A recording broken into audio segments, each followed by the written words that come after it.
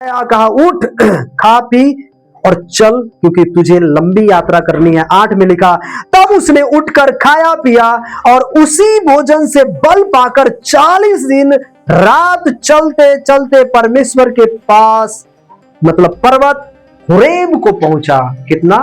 हुरेब 40 दिन और 40 रात।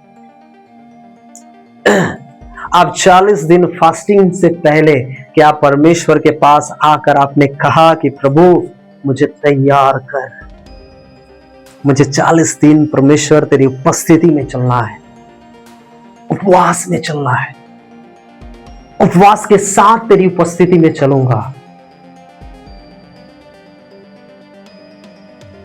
अपनी सामर्थ्य में।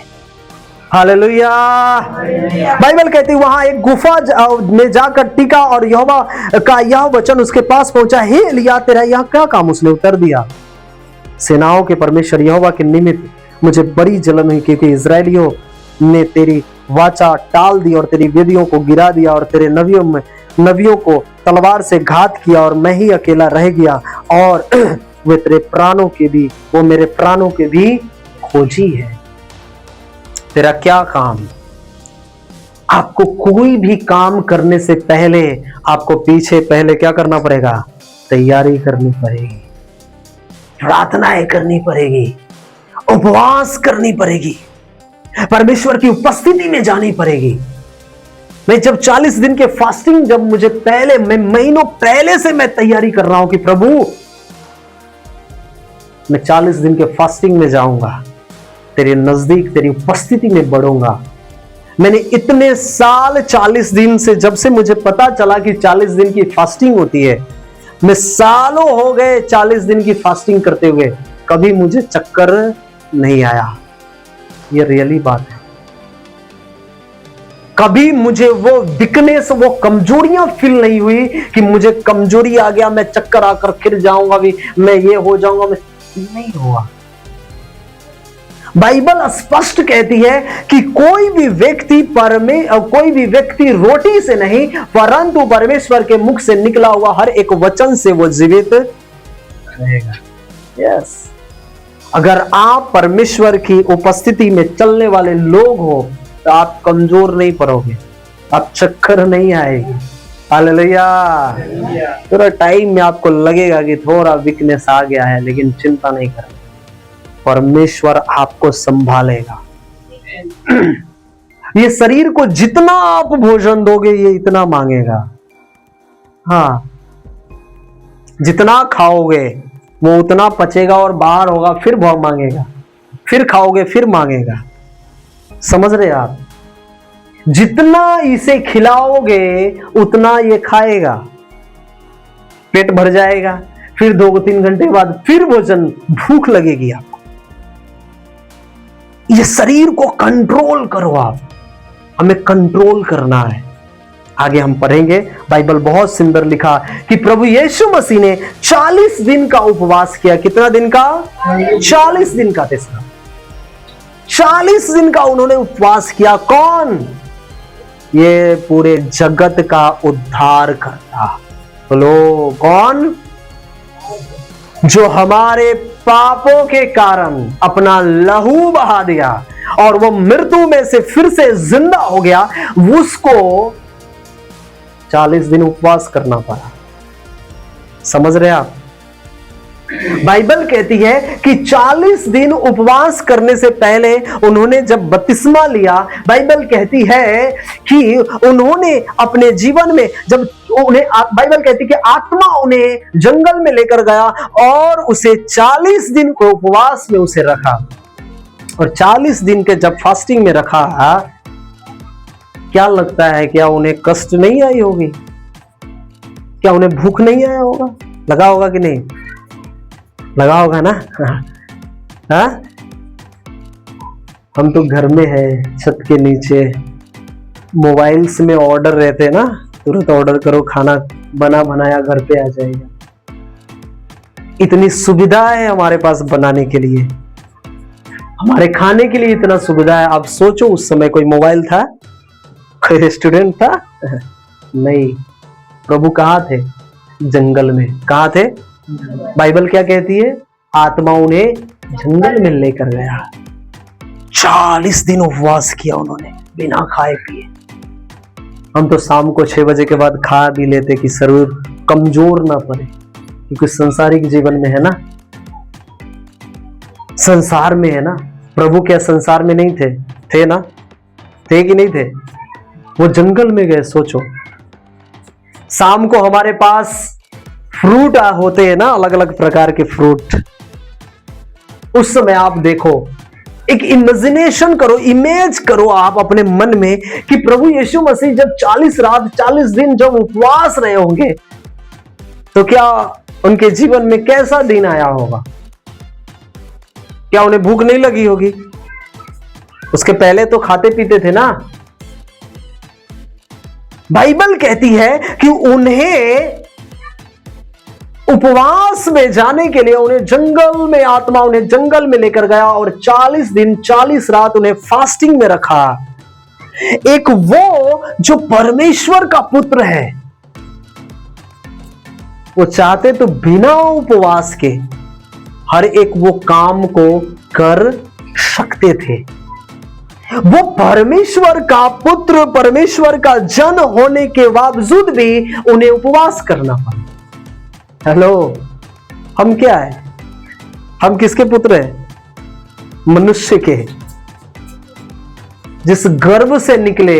बाइबल कहती है, भजन संहिता में लिखा कि वो गर्भ पाप था, और जब हम मसीह में आए तो हमारा उद्धार हुआ। तो हम तो मनुष्य के पुत्र हैं, तो हमें फास्टिंग रखनी है कि नहीं रखनी है? क्या प्रभु की उपस्थिति में चलनी है कि नहीं चलनी है? बाइबल कहती है कि जब परमेश्वर को अपने पुत्र प्रभु यीशु से काम करवाना था, उन्हें भी फास्टिंग में लेकर गया। ध्यान से सुनिए मैं क्या बता रहा हूं। जब प्रभु यीशु मसीह को इस धरती पर काम करना था, क्या? उद्धार का काम, बड़े चमत्कार का काम, बड़े मिरेकल का काम, बड़े छुटकारे का काम, परमेश्वर की उपस्थिति में चलने का काम, तो परमेश्वर ने उन्हें पहले उपवास में लेकर गया।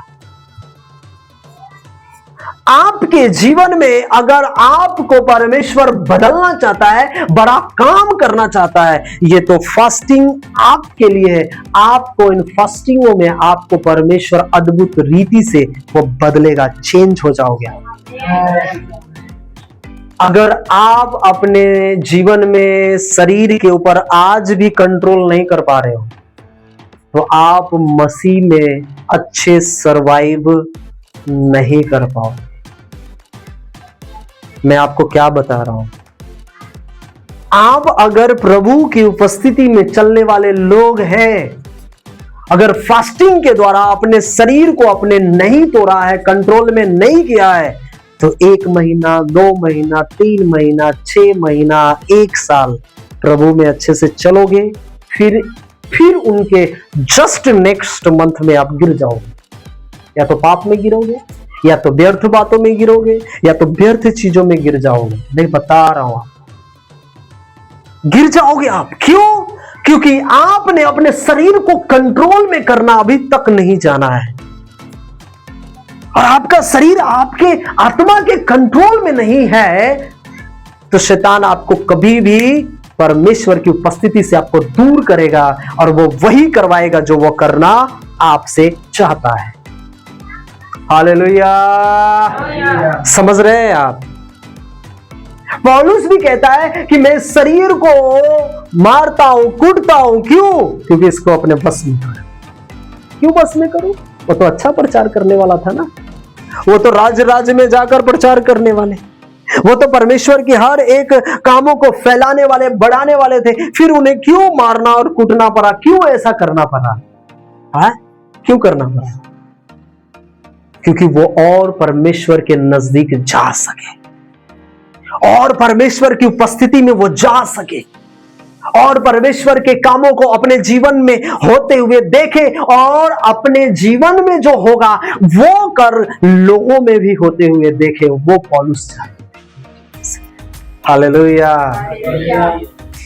मैं आपको सही बता रहा हूं मेरे भाई मेरे बहन, आपने अगर उपवास करना जान लिया है, आप सिर्फ सुनने वाले नहीं, उसके ऊपर चलने वाले हो, करने वाले हो ना, मैं आपको बता रहा हूं सालों साल आप परमेश्वर की ग्लोरी में, उसकी महिमा में बढ़ते जाओगे यीशु मसीह के नाम में।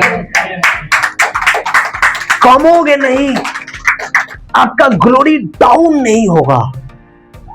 जब मूसा 40 दिन 40 रात परमेश्वर के उस पर्वत पर बना रहा, उसके आने के बाद वो सेम नहीं था जो मूसा लाखों को लेकर चलता था, वैसा नहीं था। वो कैसा था?